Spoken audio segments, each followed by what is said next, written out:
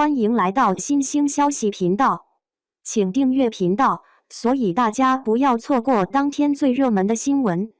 我们今天的时事通讯包括以下内容：事实证明，赵丽颖已经活成了一个符号。赵丽颖，一个标签式土气和尴尬的演员。和幸福谢幕不久，胖子半夏带着他的嚣张与土气再次回来，网友忍不住发问：这个笑起来有褶子且油腻的女演员，还是古偶剧中的小白花吗？早就不是了。在被嘲笑和孤立了多年之后，赵丽颖与流量早就分道扬镳。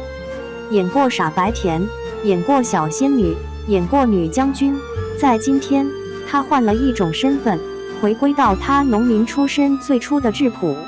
只是，她能成功吗？在85花中，她是脱颖而出，还是仍旧被孤立呢？01包子脸的上线，身上兼具流量与实力，赵丽颖是演员中少有的一个兼容体。在成为知名演员之前，她与千千万万的普通人过着一样的日子，父母都是农民，她也不例外。家里的亲戚查看一遍，也没有一个人是从事文艺工作的。在田间地头长大，在不上不下的中专学校学了空乘专业，毕业后进入公司当一名普通的文员，简单且枯燥。直到2006年，他参加了选秀节目《雅虎搜星》，并一路好运地成了冯小刚组的冠军，改变了命运与人生轨迹。事实上，改变命运的不是一朝一夕的事，在锥子脸占领屏幕的年代，他的一张圆脸既出众又格格不入。这条路，他也的确走得不容易。冠军这个头衔，只是让他敲开了内娱这扇门。在成为大女主之前，她演过丫鬟、孙女、妹妹等等一些不大气的角色。当冯绍峰和安以轩在电视剧里谈情说爱时，赵丽颖还是一个小丫鬟，毫不起眼的那种。在《新还珠格格》中，她饰演了又像孙女又像丫鬟的晴儿，甜美可人的模样，终于成了最讨喜的丫鬟。直到后来，她遇到了周冬雨，那个或许再也不想和她合作的影后。在电影《宫锁沉香》中，她饰演的女二琉璃几乎盖过了周冬雨的沉香。也是在这之后，她开始受到越来越多导演的关注。包子脸的赵丽颖，脸上自带甜美与清纯，成了娱乐圈的稀缺资源。于是一部《花千骨》之后，她成了真正的大女主。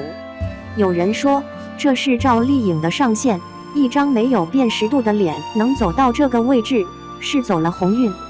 但她是赵丽颖，她被命运眷顾得多，反抗的更多，所以她不相信自己太早走到上限。从来没有经历过专业学习的她，付出的是比别人多10倍的努力。一年365天，她有300天是在剧组度过的。有戏拍戏，没戏看别人演。靠着苦功与琢磨，她拿到了知否知否，硬是绿肥红瘦。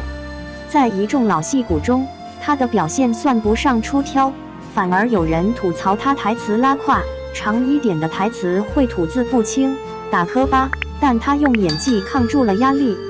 从家里最小的女儿到当家主母，她用演技拖住了台词的短板，也向观众证明自己长相局限，但包子脸的上限不只是傻白甜。直到产后复出，她拍了《有匪》，在里面饰演一个火辣干练的江湖女侠客，迎来一片吐槽声。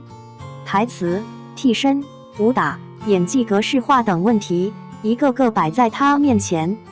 也是在这部剧之后，她一夜之间清醒，想要离开自己的舒适圈，并舍弃了小花旦们最舍不得的流量与古偶。于是，在电视剧《幸福传万家》中，她变成了何幸福。几乎素颜上阵的她，用疲惫的眼神和真实的状态，在正剧中开始了自己的新天地。有人说，她太大胆了。从出道至今，她身上最大的标签就是土，竟然还有勇气去演一个农民。她不怕自己离舞台越来越远吗？也有人说，她是聪明的，很知道自己想要的是什么，能看清自己，知道什么年纪演什么戏。现在还硬演少女，才是贻笑大方。当所有人担心她被资源抛弃的时候，她又在风吹半夏中贡献了自己的油腻。为了这个胖子的角色，她放弃身材，疯狂增肥。为了拍出真实的状态，她放弃磨皮与滤镜，任凭镜头对脸拍。所以我们看到的半夏脸上油腻反光，笑起来眼角的褶子一层叠一层，脸上毛孔痘印清晰可见。落魄时，她不梳头不洗脸，双目无神；风光时，她烈焰红唇，服饰明媚夸张。而能演出这样的状态，天赋是一部分，经历是另一部分。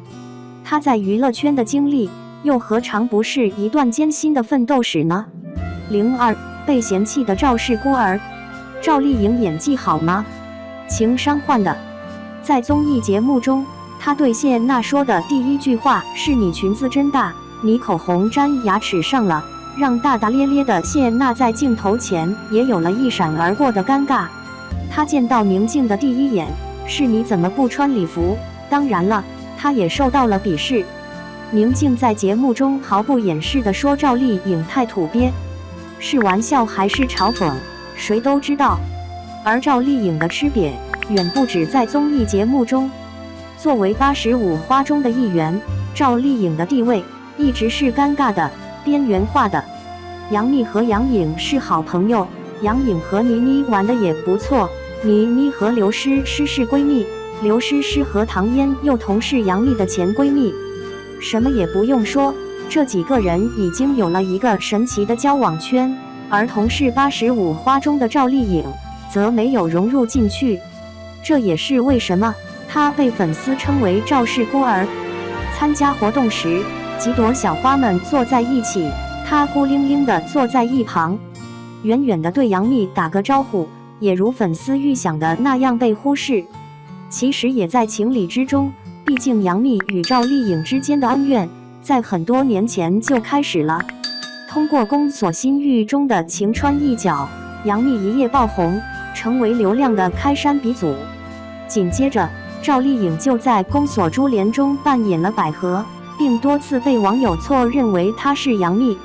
然后她就不知是出于什么心理，在网上发了一条是不是所有梳着中分大眼睛演宫的都是杨幂。于是她的标签又多了一个情商低，得罪了杨幂庞大的粉丝群体，两人似乎也结下了梁子。因此在多个场合，同样是85花，她多是一个人，似乎与小团体绝缘了。表面看起来赵丽颖是被孤立的那一个，但实际上或许可以说是她孤立了整个团体。近期杨幂连播2部剧《谢谢你医生》和《爱的28定律》，但评分都不太好，甚至让她有了一个女游王的称号。已经30多岁的年纪，还在偶像剧里打转，不是嘟嘴卖萌，就是搔首弄姿，既没有少女的明媚，也没有角色的干练，说不清是在演角色还是演自己。倪妮虽然有些资源，但除了金陵13钗之外，没有一部能真正叫得上名字的。刘诗诗演技不必多说，一双水汪汪的大眼睛，除了水灵就没剩下什么东西了。唐嫣虽然演了不少傻白甜的角色，也有紫萱这个经典，但婚后将重心转移到家庭中，几乎没有什么新的作品，连自家粉丝都怒其不争。杨颖大家都熟悉了，漂亮、高级、独立、时尚，但唯独在演戏这一块留下的黑料能养活1栋楼的自媒体作者。而赵丽颖的定位却十分精准，那就是拼命。通过古装戏成为流量宠儿，在遇到瓶颈之后，立马拿出壮士断腕的决心，离开舒适区，走进全新的领域。有人说，她已经活成一个符号，代表着励志、清醒、野心。但这样的一个符号，正能量的背后，也有些难为人言说的往事。03握不住的沙。提起赵丽颖，不可避免提到那段来去匆匆的婚姻。与冯绍峰因戏生情后，迅速结婚生子。那段时间，他状态的确很好，眼睛里渗出来的都是温柔。但婚礼还没来得及办，也没有婚戒，这段感情就走到了尽头。赵丽颖也没有争取儿子的抚养权。在谈到这件事时，她只说了一句话：“我经济实力还不够。”没错，豪门阔太这件事情，他做不来。他更像是一个冲锋陷阵的将军，让自己从好变得更好。而冯绍峰素有采花使者的称号，从杨幂到倪妮到郭碧婷，拍一部戏换一个女友。两人的婚姻更像是一时冲动。没有了婚姻之后，赵丽颖没有一蹶不振，而是对事业更加积极，更加向上。她急于改变，但没有乱了方寸。她努力向上，但没有大肆宣扬。她专业不够，但努力和谦卑一样不少。所以，当婚姻是一把握不住的沙砾时，她选择了安静离开，给孩子一个更好的母亲，拥有更多的话语权，靠转型与成功来展示自己的能力。从一个农村来的小女孩，到今天的一线，她的成功不是偶然，她的符号也不是谁都能接得住。她打动观众的是演技，是对自己的放弃，是对角色的忠诚。这一点是娱乐圈中难得可贵的存在。他的励志与野心，从来不是嘴上说说，而是清醒的认知与利落的行动。尽管这个过程经历了谩骂、尬黑、土味儿、被孤立，但他的许半夏至少打动了我们绝大多数人，不是吗？